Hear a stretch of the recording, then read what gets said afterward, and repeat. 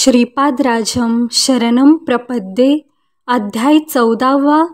दत्तदासांना अभय प्रदान. मी शंकर भट्ट थोडे दिवस प्रवास करून मुंताकल्लू या गावी पोहोचलो.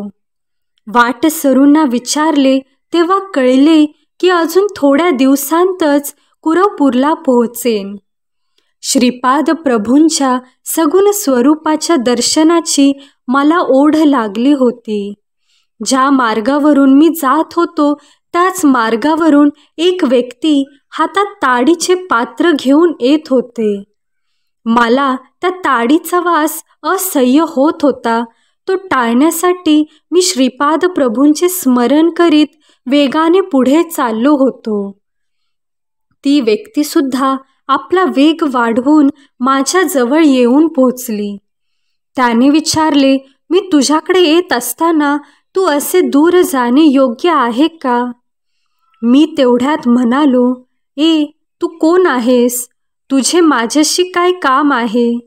यावर तो जोरात हसला. त्याच्या ताडीचा उग्र वास आला.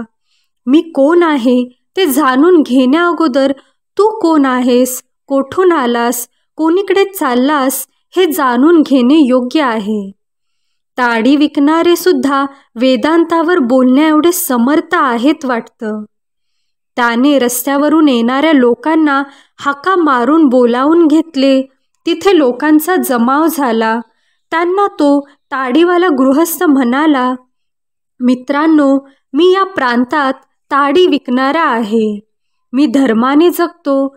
ताडीचे झाडच मला कल्पवृक्ष आहे. मी झाडावर चढून ताडी आणेपर्यंत हा ब्राह्मण माझी वाट पाहत उभा होता. मी ब्राह्मण असून सुद्धा ताडी पिण्याची मला सवय आहे. परंतु माझ्याकडे तुला देण्यास पैसे नाहीत. थोडी ताडी देऊन पुण्य प्राप्त कर असे तो म्हणाला. मी नाही म्हणालो. परंतु जेव्हा मी तयार झालो तेव्हा लोकांची ये-जा सुरू झाली. 4 लोकांसमोर ताडी प्याल्याने ब्राह्मणत्वाला दोष लागेल असे वाटून तो नाही म्हणतो आहे. आता माझा वचनभंग होऊन मी महापापी होणार. खरे पाहता आमच्या कुलात ही खूप मोठी संधी आहे. अमूल्य अशी ताडी ब्राह्मणास पिण्यास देण्याने विशेष पुण्य लाभेल या माझ्या आशेवर यांनी पाणी फेरले. हे पूज्य लोक हो, तुम्ही या ब्राह्मणाला धर्मोपदेश करा आणि या पापापासून माझे रक्षण करा. तिथे जमलेले सारे लोक ताडी विकणारे गौड लोकच होते. त्यांनी त्या ताडीवाल्यास दुजोरा दिला आणि त्या ताडीवाल्याने मला ताडी बळजबरीने पाजली. त्यानंतर सगळे लोक निघून गेले. मी अत्यंत दुःखी झालो.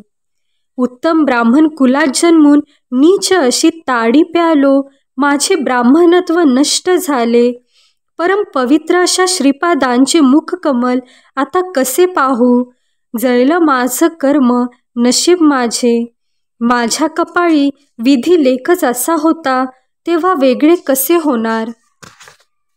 माझे पाय लडखडू लागले. तोंडाला असह्य वास येत होता. माझ्या नशिबाला दोष देत श्रीपादांचे नाव घेत चालू लागलो. मार्गात एक तपोभूमी दिसली. तिथे कोणी महात्मा राहत होते. त्या पवित्र भूमीत पाऊल टाकण्यास मला लाज वाटत होती. मी माझ्या रस्त्याने चाललो होतो. तितक्यात माझ्या पाठीमागून आवाज आला, अरे शंकर भट्टा, थांब. तुला आश्रमात घेऊन येण्याची दत्तानंद स्वामींची आज्ञा आहे. मी देवाची लीला पाहून चकित झालो. मला श्री दत्तानंद स्वामींच्या पुढे आणून उभे केले. करुणाभरीत नेत्रांनी माझ्याकडे पाहून लवकर स्नान करून येण्यास त्यांनी सांगितले. स्नानानंतर मला मधुर फळे खाण्यास दिली. श्री स्वामींनी मला जवळ बोलावून म्हटले, अरे शंकर भट्टा, दत्तात्रेयांच्या 9व्या अवतारातील श्रीपाद श्री वल्लभांची तुझ्यावर केवढी करुणा दृष्टी आहे. त्यांनी तुला आपल्या अमृत हस्तांनी अमृत पाजले. त्यांना तू गौड कुलातील ताडी विकणारा समजलास. त्यांनी दिलेल्या अमृताला भ्रमाने ताडी समजलास, कितीही भ्रामकता. मी पाहिलेले सर्व प्रसंग माझ्या नजरेसमोर एक एक येऊ लागले. त्यानंतर अनंत चैतन्य शक्ती महासागरातील असंख्य लाटा माझ्यावर येऊन आदळत असल्याचा अनुभव येऊ लागला. अनंत अशा त्या सत्ता शक्तीमध्ये अत्यंत हीन अत्यल्प असणारा माझा अहंकार नष्ट झाला. मी म्हणजे काय हे समजत नव्हते आणि समजणारे नव्हते. एका दिव्य आनंदामध्ये मी बुडून गेलो होतो. माझ्यामध्ये परिमित असणारा मी नष्ट होऊन समस्त सृष्टी स्वप्नच असल्याप्रमाणे वाटत होती. तेवढ्यात स्वामींनी माझ्यावर मंगल जल प्रोक्षण केले. त्यांच्या दिव्य हस्ताने पवित्र भस्माचे माझ्या कपाळावर लेपन केले. मी प्रकृतीच्या अधीन झालो. काही क्षण मी दिव्यानंदाचा अनुभव घेत होतो.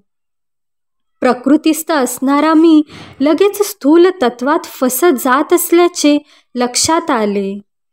श्री स्वामी म्हणाले, पूर्वीच्या एका जन्मात तू गौड कुळात होतास. जास्त प्रमाणात ताडीचे सेवन करीत होतास. तुझी ताडी पिण्याची इच्छा बाकी होती. श्रीपाद प्रभूंचा अनुग्रह नसता तर तुला ती वाईट सवय लागली असती व तू पतित झाला असतास.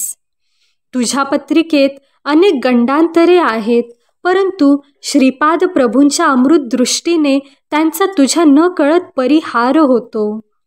श्री गुरूंच्या महिमेचे कोण वर्णन करू शकतो. वेदसुद्धा नेती नेती म्हणत मौन झाले. यावर मी म्हणालो, श्रीपाद प्रभू सारखे म्हणतात की ते नृस या सरस्वती रूपाने अवतार घेणार आहेत. त्यांच्या लीलांमधील गर्भित अर्थ जाणून घेण्याची माझी इच्छा आहे. हे ऐकून स्वामी म्हणाले, वेद ऋषींचे तत्व वेत्तेपणाचे ते प्रमुख लक्षण आहे. अध्यात्म्यातील दडलेली सत्यवचने त्यांच्या सहज सोप्या शब्दांमध्ये संतांनी सांगितली आहेत. हेच आत्मसत्य. वस्तुतः कर्मकांडाला अनुसरून व्याख्या करताना आत्मसत्याला सत्य, यज्ञ, जल, अन्न असे वेगवेगळे संबोधन केले आहे. अशा प्रकारांनीच सरस्वती शब्दाचे सुद्धा फार वैशिष्ट्य आहे. सरस्वती नदी अंतर्वाहिनी आहे. हिचे वर्णन करताना सत्य वाक्यांचा बोध करणारी महार्णवाची माहिती समजावून देऊन आपल्या चित्ताला प्रकाशित करणारी असल्याचे सांगितले आहे. श्री गुरु म्हणजे एकच एक प्रबोध शक्ती, प्रबोधिनी प्रवाह. त्यांची सत्यवाणी आपल्या चित्ताला प्रकाशित करते. तसेच परम सत्य आणि अंतर्ज्ञान आपल्यात स्थिर करते. वेदातील यज्ञ हे अंतप्रवृत्तीचे बाह्य प्रतीक आहे. यज्ञाद्वारे मानव त्याचे जे स्वतःचे असते ते देवाला अर्पण करतो. त्याला प्रत्युपकाराप्रित्यर्थ देवता गोधन अश्व देतात. गोधन म्हणजे तेज संपदा, अश्व म्हणजे शक्ती संपदा. याप्रमाणे देव आपणास तपशक्ती म्हणजेच प्रसाद देतात. वेदातील ज्ञान योग्य असणाऱ्यांना समजावे म्हणून अत्यंत गुप्त ठेवले आहे. औदुंबर वृक्षाला दिलेले वरदान, नृस या सरस्वतींच्या अवताराचे वैशिष्ट्य. श्री महाविष्णू हिरण्यकश्यपूचा संहार करण्यास औदुंबर वृक्षाच्या लाकडी खांबातून नरसिंहाच्या रूपात प्रकट झाले. त्यांनी प्रल्हादाचे रक्षण केले आणि हिरण्यकश्यपूच्या वधानंतर त्याला राजावर बसविले. काही कालानंतर दुभंगलेल्या त्या खांबाला पालवी फुटू लागली आणि पुढे त्याचेच औदुंबराच्या वृक्षात रूपांतर झाले. प्रल्हाद विस्मित होऊन त्या औदुंबराच्या वृक्षाची पूजा करू लागला. प्रल्हादाला एकदा औदुंबराच्या झाडाखाली ध्यानस्थ अवस्थेत बसलेल्या दत्तात्रेयांनी दर्शन दिले व ज्ञानबोध केला. प्रल्हादास द्वैत सिद्धांताविषयी आसक्ती असल्याचे जाणून घेऊन श्री दत्तप्रभूंनी कलियुगात यतिवेश धारण करून दीनजनांचा उद्धार करशील असा आशीर्वाद दिला होता. परमपवित्र अशा औदुंबर वृक्षाने मनुष्याकृती धारण करून श्री दत्तांच्या चरण कमलांवर पडून मला सुद्धा वर द्या अशी प्रार्थना केली. तेव्हा श्री दत्तात्रय म्हणाले, प्रत्येक औदुंबर वृक्षाच्या मुळाशी मी सूक्ष्म रूपात राहीन. तुझ्यामधून नरसिंहदेव प्रकट झाल्यामुळे कलियुगात मी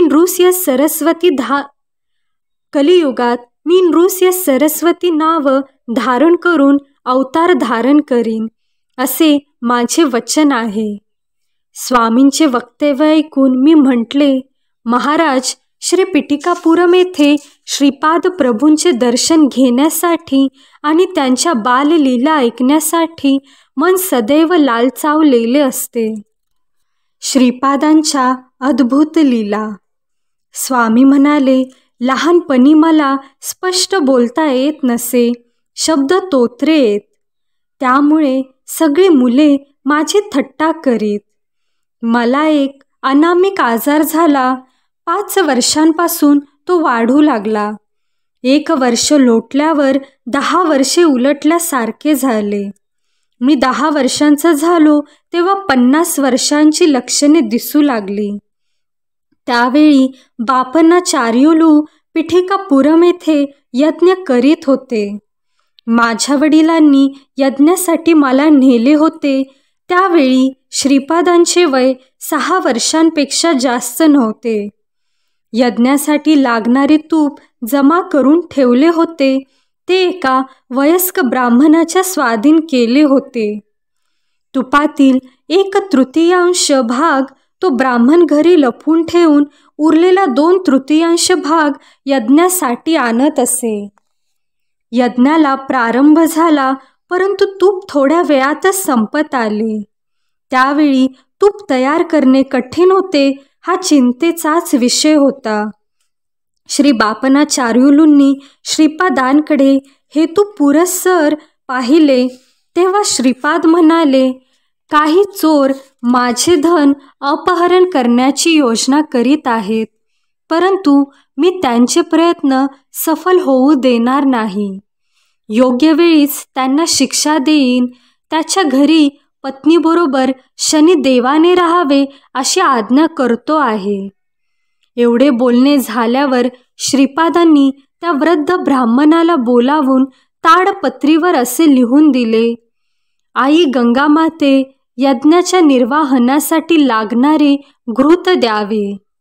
तुझी बाकी माझे आजोबा व्यंकटपय्या श्रेष्ठी देऊन टाकतील ही श्रीपाद वल्लभांची आज्ञा. हे पत्र त्यांनी श्रेष्ठींना दाखविले. त्यांनी ते मान्य केले. त्या वृद्ध ब्राह्मणाबरोबर 4 ब्राह्मण पादगया तीर्थावर गेले. ते पत्र तीर्थराजाला समर्पित केले आणि त्यांनी नेलेल्या पात्रात तीर्थाचे जल भरून घेतले. वेद मंत्र म्हणत ते जल यज्ञस्थळी आणले.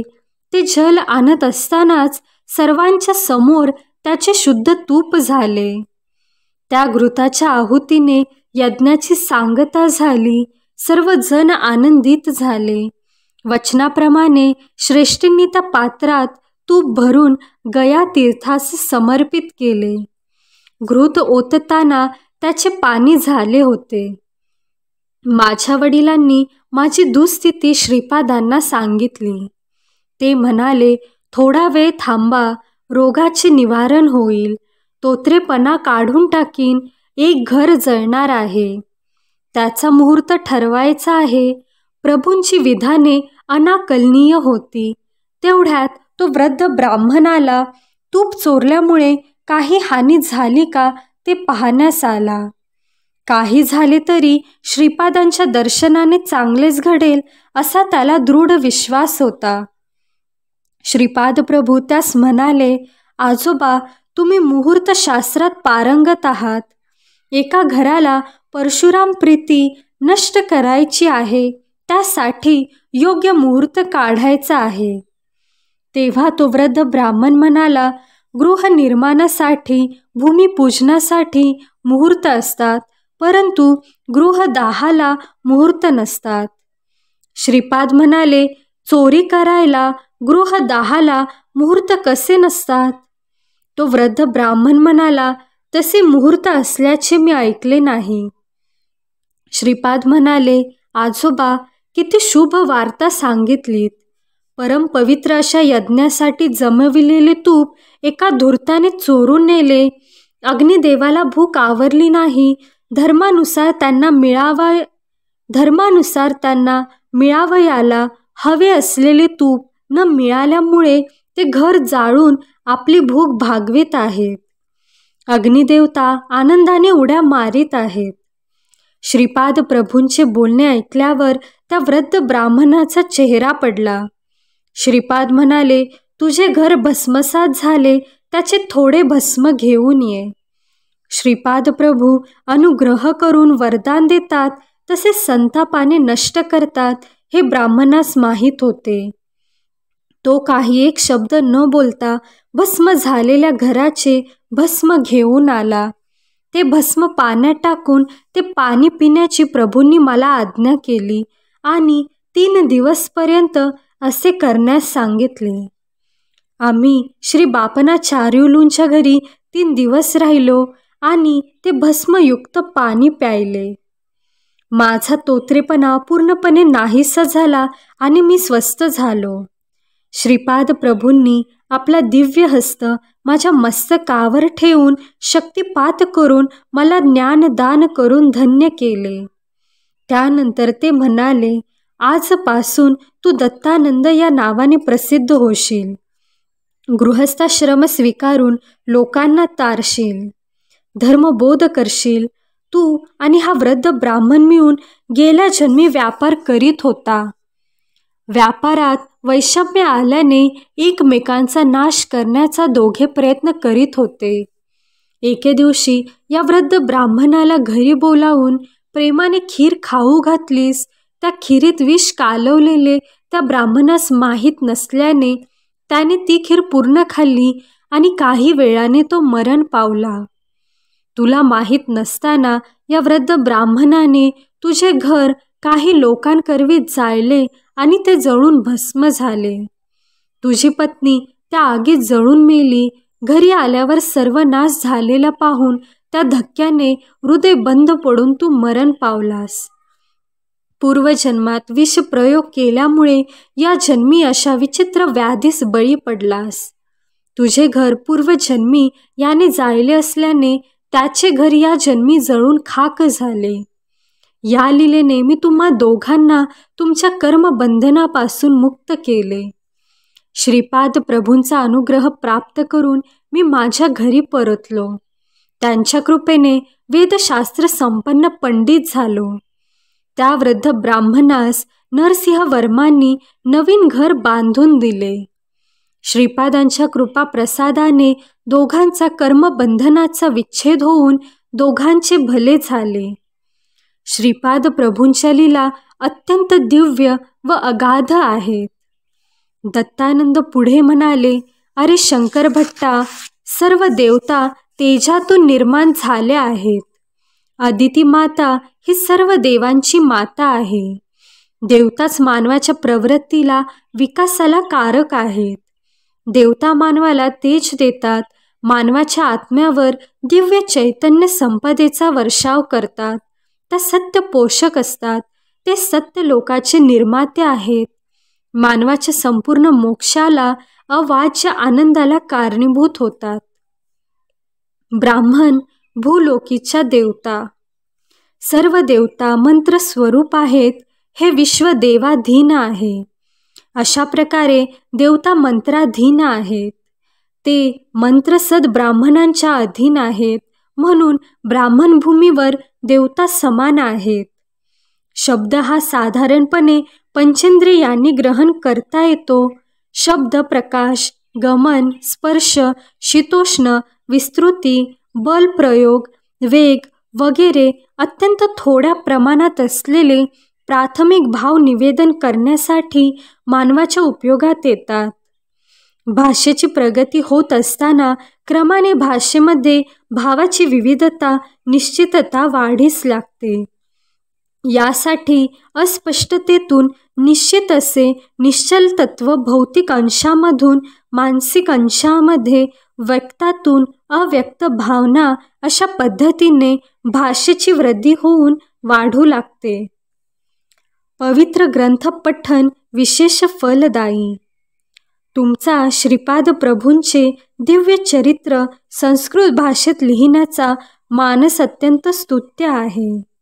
हा संस्कृत भाषेतील ग्रंथ कालांतराने तेलुगू भाषेत अनुवादित केला जाईल. अनुवादित केलेल्या ग्रंथाच्या पठणाचे फल व मूळ ग्रंथाच्या पठणाचे फल सारखेच आहे. श्रीपाद प्रभूंचे चरित्र कोणीही कोठेही पठण केल्यास स्वतः श्रीपाद प्रभू तिथे सूक्ष्म रूपाने राहून ते श्रवण करतात. या संबंधीची एक कहाणी सांगतो, सावधान होऊन ऐक. श्रीपाद 7 वर्षाचे झाले. त्यांचा वेदोक्त विधीने उपनयन संस्कार झाला. त्या काळात संपन्न गृहस्थाच्या घरी असे कार्यक्रम असले म्हणजे चोहीकडे अत्यंत आनंदाचे वातावरण असे. बापनार्युलूंच्या आनंदाला तर सीमाच नव्हती. त्यांनी आपल्या जाती बांधवांना दत्तचरित्र ऐकण्यासाठी आमंत्रित केले होते.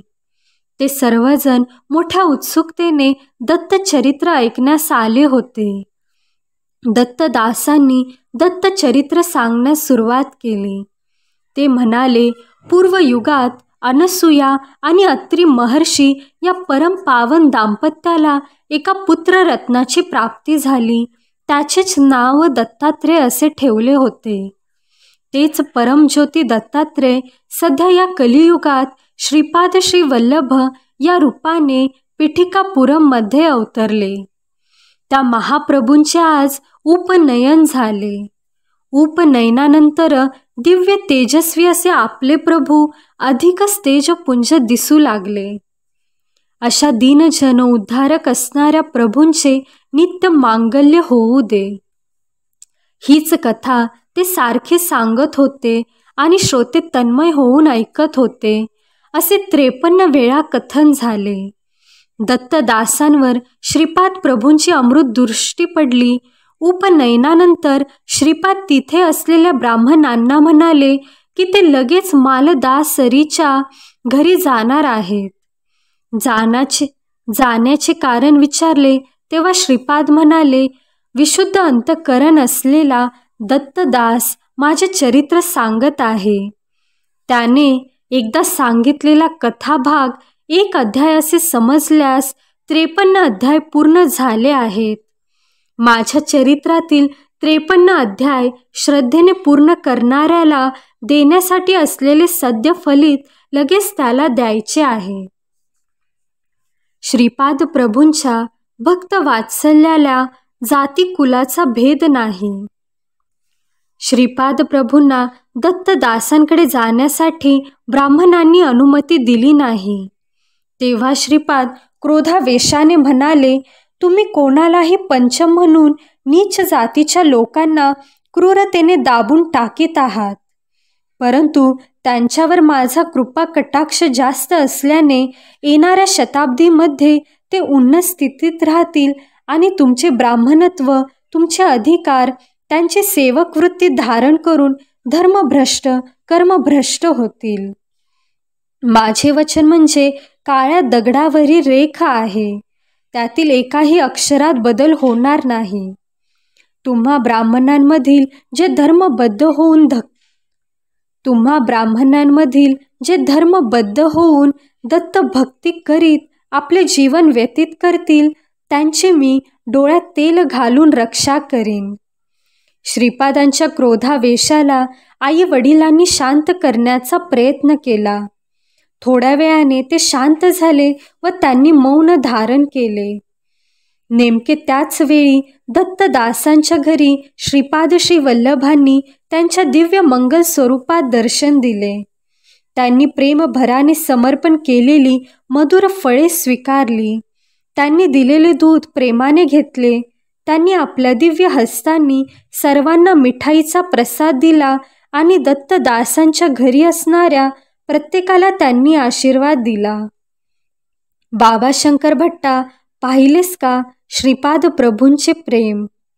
ते भावनेने संतुष्ट होतात. त्यांचा कुल गोत्राशी भौतिकातील परिस्थितीशी संबंध नसतो. दत्तप्रसाद अंत्यकुलातील व्यक्तीने जरी आपणास दिला तरी त्याचा भक्तिभावाने स्वीकार करावा. त्याच्याकडे दुर्लक्ष केले अथवा प्रसाद अस्वीकार केल्यास आपण कष्ट नष्टांना बळी पडतो. श्रीपादांची भक्तांना सांगितलेली 12 अभय वचने. 1. माझ्या चरित्राचे पारायण होत असलेल्या प्रत्येक स्थळी मी सूक्ष्म रूपात असतो. 2. मनोवाक काय कर्मना मला समर्पित असलेल्या साधकांचा मी डोळ्यात तेल घालून सांभाळ करतो. 3. श्री पिठिकापुरममध्ये मी प्रतिदिन मध्यान्हकाळी भिक्षा स्वीकारतो. माझे येणे दैव रहस्य आहे. 4. सतत माझे ध्यान करणाऱ्यांचे कर्म ते कितीही जन्मजन्मांतरीचे असले तरी मी ते भस्म करून टाकतो. 5. अन्न हेच परब्रह्म, अन्न मो रामचंद्राय. अन्नासाठी तळमळणाऱ्यांना अन्न दिल्यास मी त्या दात्यास नक्कीच प्रसन्न होतो. 6. मी श्रीपाद श्री वल्लभ आहे. माझ्या भक्तांच्या घरी महालक्ष्मी तिच्या संपूर्ण कलेने प्रकाशित असते. 7. तुमचे अंतःकरण शुद्ध असले तर माझा कटाक्ष सदैव तुमच्यावर असतो. 8. तुम्ही ज्या देवता स्वरूपाची आराधना कराल, ज्या सद्गुरूंची उपासना कराल ती मलाच प्राप्त होईल. 9. तुम्ही केलेली प्रार्थना मलाच पोहोचते. माझा अनुग्रह, माझा आशीर्वाद तुम्ही आराधिलेल्या देवतेच्या स्वरूपाद्वारे, तुमच्या सद्गुरूंद्वारे तुम्हाला प्राप्त होतो. 10. श्रीपाद श्री वल्लभ म्हणजे केवळ नामरूपच नाही, सकल देवता स्वरूप, समस्त शक्तींचे अंश मिळून माझे विराट स्वरूप अनुष्ठानाद्वारेच तुम्हाला समजू शकेल. 11. श्रीपाद श्री वल्लभ हा माझा संपूर्ण योग अवतार आहे. जे महायोगी महासिद्ध पुरुष माझे नित्य ध्यान करतात ते माझेच अंश आहेत. 12. तुम्ही माझी आराधना केली तर मी तुम्हाला धर्ममार्गाचा कर्ममार्गाचा बोध करतो. तुम्ही पतित होऊ नये म्हणून सदैव मी तुमचे रक्षण करतो. श्रीपाद श्री वल्लभांचा जय जयकार असो. अशाच आध्यात्मिक व्हिडिओंसाठी सबस्क्राईब करा अध्यात्मसार यूट्यूब चॅनेलला.